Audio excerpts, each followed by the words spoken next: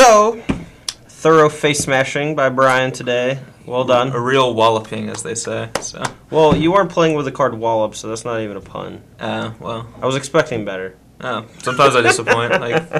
Draw extra cards, cheat a little bit, manage to beat Todd in a playtest video. Pretty easy, kids. This is exactly, Yeah, so next time you ask, who's that BBD kid? He's the guy who always beats Todd in the playtest videos. But, go-to drop large tournaments, but I can beat Todd. No, usually 7-2, make 100 or whatever. Yeah. But, so today we played my blue-red-white deck versus your black-green-white Junk Planeswalker deck. Yeah. I think your deck played very well. I felt like your mana was fine. Your spells all seemed very powerful. Even, Key Rune was way better than I thought it would be. Yeah. Not having Sunring Growth instead of Erase, I think, was a big problem for me in that one respect. But also just having a huge number of cards that I couldn't really interact with felt very rough from my side of the table. Yeah, this is a deck that I kind of been wanting to play for a while, and I think after Miracles won, after you won the last open with the Miracle deck, I felt like this was a perfect time to play this deck because I felt like it was probably pretty good at preying on the Miracle deck. Just Planeswalkers are tough for you to deal with. So okay, cool.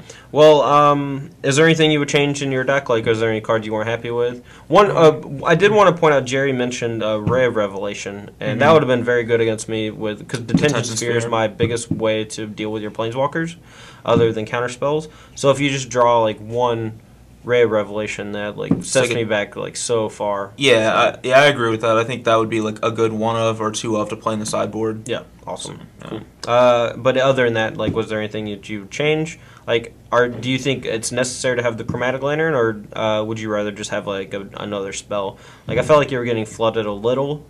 I was, but the Chromatic Lantern was actually very good, surprising. You may not have noticed, but every time I had cast a Chromatic Lantern, I had a bunch of black cards in hand and no black mana sources. I didn't even notice. I guess it actually I was praying it resolved every time I cast it against you.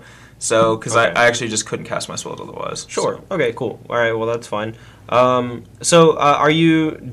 you recommend setting in the second Sever the Bloodline against the Miracle deck?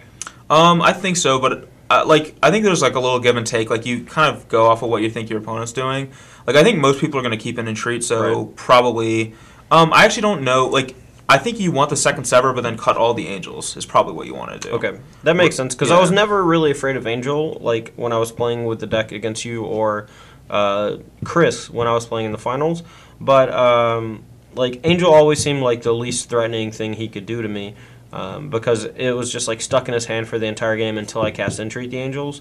So if I didn't want to cast Entreat the Angels, I just didn't have to. I could just rely on Planeswalkers, which is what I did for the second game. Right, and I think as we played our games, I kind of figured that out a little bit. And and then you sided them all out after the second game. And I think that's the way you want to go. Is you want two Severs. You have to have a way to deal with the Angels. But I think Sever's better than Entreat, or better than Angel of Serenity, because it's a little easier to cast and. You don't have to spend 7 mana to get maybe not even all of them if you Miracle it or something. Yeah. For what it's worth, I think that the red, white, blue deck's very well set up to deal with creatures. Not very well set up to deal with non-creature threats like Planeswalkers, Key Runes. Something definitely to keep in mind if you decide to change any of the cards in your deck.